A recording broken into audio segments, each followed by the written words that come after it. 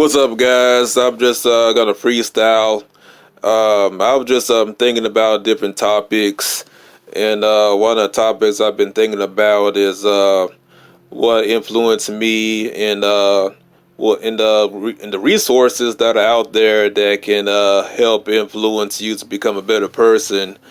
One thing I noticed about different groups of people, because I've been involved with different cliques, for lack of a better word.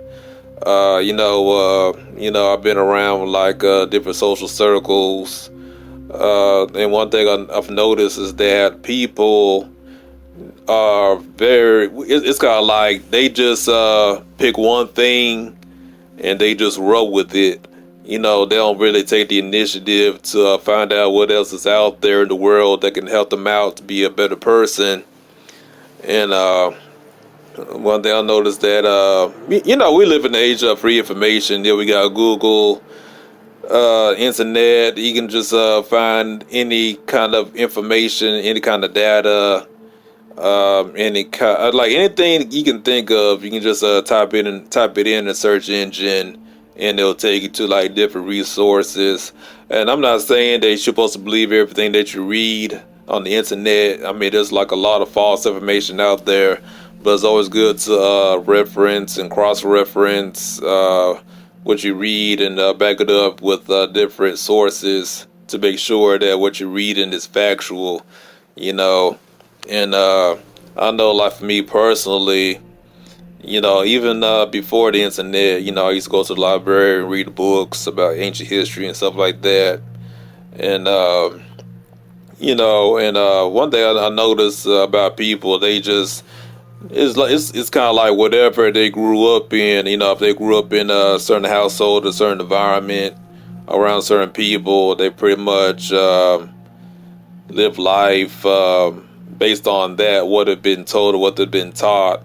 And a lot of times, what have been taught is not enough to help them out in the world, And I don't bash Christianity anymore like I used to, but I'm not against Christianity because the reason why I say that because this world is so chaotic that what I've seen with I got most of my family are Christian. And one thing I've noticed about Christianity, it holds families together. It makes people more civil, for lack of a better word. It makes them. The good thing about it, it's just like society wouldn't function if there was like just this basic morality. You can call it like the leave it to beaver morality, where they got like the nuclear family, the white picket fence. They go to church on Sunday. They go out and play baseball with the kids and stuff like that. That's what we need. That needs to be the majority of the society, in my opinion. Because back in the day, I used to like bash Christianity a lot, but not anymore. Because what I've seen is that it holds communities together. I mean, it has its flaws, but it's just like when it comes down to like basic common sense morality that makes people well-rounded people. You need like a father, mother, two-parent household, raising the kids, teach them about basic common sense morality and stuff like that. I mean, that's needed. And I think this whole attack on the family by the left is very detrimental to the overall society in general, So that's why I leave Christianity alone. Just leave that as a majority of the society. Just leave that intact. you know. But what I've seen is that a lot of people don't really like explore what else is out there. And as for me, the things that really helped me out was when I started reading philosophy a couple years ago. And I always tell the story that how I discovered the works of Ayn Rand and the works of Friedrich Nietzsche, dealing with the slave morality and the master morality and stuff like that. And one thing about Nietzsche, the very first time I heard of Nietzsche was back in the 90s when Marilyn Manson came out. Remember when Marilyn Manson first became popular back in the 90s?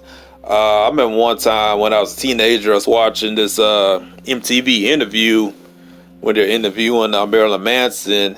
He mentioned Friedrich Nietzsche, and that was like the very first time I heard of Nietzsche. And this is like back in the 90s. I didn't have internet. That was like before internet. So I think we had like an Encyclopedia Britannica in the house or whatever. And I looked it up. I looked up Nietzsche. Had like a little. It wasn't like a full essay about Nietzsche, but it was kind of like they had like a little paragraph about Nietzsche. And that's I read it. It's like he was he was talking about the Ubermensch, which is another word for Superman. They were talking about his take on Christianity, on God, and stuff like that. It wasn't like a log entry, but it was interesting when I read it. And then it didn't really. I mean, it kind of like left a little imprint in me. But after that, when the years passed, I kind of like forgot about it. Until like years later when I started getting into like the whole metaphysical thing. When I was listening to like Bobby Hemmett, Brother Panic. They were talking about the dark side and stuff like that. And then they kind of like led me to other stuff like Aleister Crowley, Meta Blavatsky, and then which kind of like led to Friedrich Nietzsche and a few other people like Wilhelm Reich, Rudolf Steiner, and other authors, Pascal Beverly Randolph. So it's kind of like it's like when you read one thing, it kind of like leads you to another author and stuff like that. So that's pretty much how I got reintroduced to Nietzsche like years later. And I started reading his books and a few other like obscure philosophers like Max Stirner. What's the other guy? Baruch. What's the other guy? God, his name is tip of my tongue. Oh God, he wrote the book Ethics. It's right in my head. Spinoza.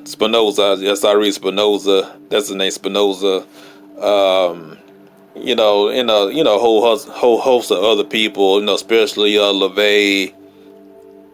A few other authors. What I'm saying? Like other books like Might is Right, The Occult Technology of Power, Robert Greene's books and stuff like that. And one thing I can tell you is that like back in the day, I used to like hang around like a lot of so-called spiritual people who are into like The Secret, or into like dealing with the law of attraction and stuff like that. And when you study like the actual like ancient texts, you will find out like a lot of the New Age stuff is really like watered down ancient teachings. It's kind of like they took like ancient Buddhism, ancient Hinduism, and watered it down so that the soccer moms can digest it. And that's pretty much where they get like the whole New Age stuff dealing with crystals and rainbows and all this kind of stuff. What I'm saying? I mean, some of that stuff is okay, what I'm saying, but I would say like the only one I really listen to on occasion is Till Swan. I like her videos and everything, but most of it is just like fluff. But the stuff that really helped me out was when I started reading like the hardcore philosophers like Nietzsche, Ayn Rand, LaVey, Max Stirner, Baruch Spinoza, and a few other people. Robert Greene. He's not really a philosopher, but he puts out some good books. This guy wrote The 48 Laws of Power, and a few other authors. That started reading and studying. It really helped me out because I really needed, Machiavelli. Machiavelli is another one that really influenced me, and I would say those authors helped me more than reading the feel good fluffy stuff. Dealing with like the secret law of attraction, stuff like that. Because I just one thing I like about them is that it's like the whole thing is like, life is hard. You're gonna die one day. Life ain't perfect.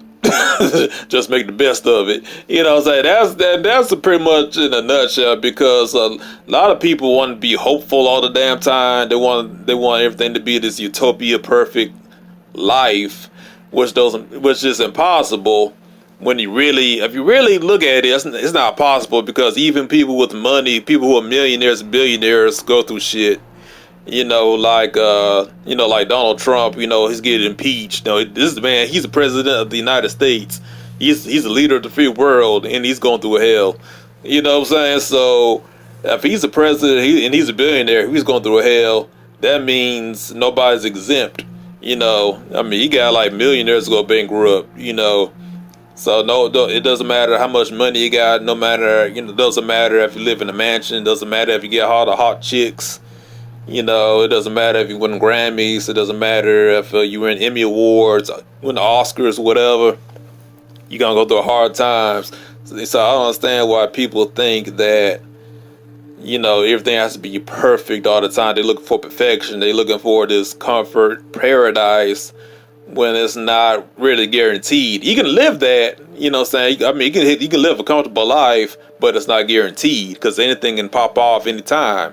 You know what I'm saying? So that's why I really like those hard, defiant philosophies, because it's basically saying, like, even Stoicism with Marcus Aurelius, he's one of my other influences, Marcus Aurelius, the Stoics. It's pretty much like they're saying that, this is reality, life is hard, bad things will happen to you, saying just deal with it. You live the best life you can live, but nothing's guaranteed. One day you're gonna get sick and die. You're gonna get old and die. You're gonna be in a car accident and die. Anything could happen. That's just how life is. And just deal with it and live the best life. When I heard that made more sense than people talking about, like, think positive and smile and think rainbows and butterflies and all this kind of stuff. And I was like, you know what I'm saying? It just, I can't vibe with that Care Bear stuff, man. You know what I'm saying? It's like life is all rainbows and unicorns. That's not the case, man. Because even when you study nature, they always say that, nature itself is defiant. You know what I'm saying? Because in nature is not just about flowers and unicorns and butterflies. You got like lions and tigers and bears in nature too. And volcanoes and hurricanes. Earthquakes, supernovas, tidal waves, asteroids crashing the earth and destroying the dinosaurs, and there's defiance. Nature's balance. You got defiance, and you got beauty in nature. There's things in nature that are beautiful, like waterfalls, the sunsets, sunrise, mountains, valleys. Nature is beautiful, but nature also has defiance. It has aggression. Even when you look at a rose, it has thorns on it, So that's just how things are in nature. But for some odd reason, you got these spiritual people that think everything has to be positive all the time, which is not reality, You know what I'm saying? But when I started reading like the Stoics, and all these other books, it just made more practical sense. You know what I'm saying? Because no matter how positive, even I've seen this, no matter how good and positive you are, bad things will still happen to you regardless. You know what I'm saying? I've seen a lot of good people suffer, in my life, So that's why I don't believe in karma, because if karma existed, everything would be balanced out. You would have all the good people rich and all the bad people poor. But when you look at the world for how it really is, that's not the case. It's like all the so-called bad people, the backstabbers, the snakes, the greedy people, the assholes, they got all the power, while the decent, good, moral, peaceful people, they struggling. They poor and all this kind of stuff. So that shows you right there that and it kind of like goes back to I think Stephen Molyneux said this one of his videos. He said something, I forgot exactly what he said, but he said something to the effect that nature in the universe favors the assertive. Let me repeat that. He said like nature favors the assertive. So if you look at being assertive, it doesn't assertiveness itself is not good or bad. If you're assertive, that means you push yourself. You have energy to take the initiative. So people who take the initiative, who got that energy, always gonna be on top. you know. So that's the key to it, being assertive. You know what I'm saying? But he still have like a lot of people that think that if they're a good person, they're gonna be blessed. But they still waiting for that blessing. They struggling. You know what I'm saying? They're good and they sharing. They carrying and all this kind of stuff. But they still at the same spot in life. And that's also kind of like a flawed thinking, because you're doing good deeds to get a blessing. Now, you know what I'm saying? So that's not gonna help. But people who are like more hawkish, for lack of a better word, the reason why they're on top, because they have energy and they take the initiative to move up in life. So that's why you have the assholes on top, meek and pious in the bottom. You know what I'm saying? That's just how life is when you really like analyze it objectively. You know. Yeah, but anyway, I'm not really going anywhere with this rant. I'm just bored. I just want to get stuff off my chest. 'Cause I know I'm stuttering. I know I'm like tripping over my words and stuff like that. But I just wanted to share my thoughts. Hey, we live in America. We got free speech. If you don't like what I had to say, just don't listen. But anyway, though.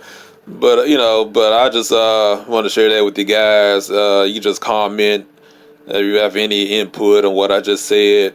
If you agree, disagree, think I'm wrong, think I'm crazy, want to curse me out, just feel free to say what you got to say, and like and subscribe and watch my other content. All right, guys, peace out.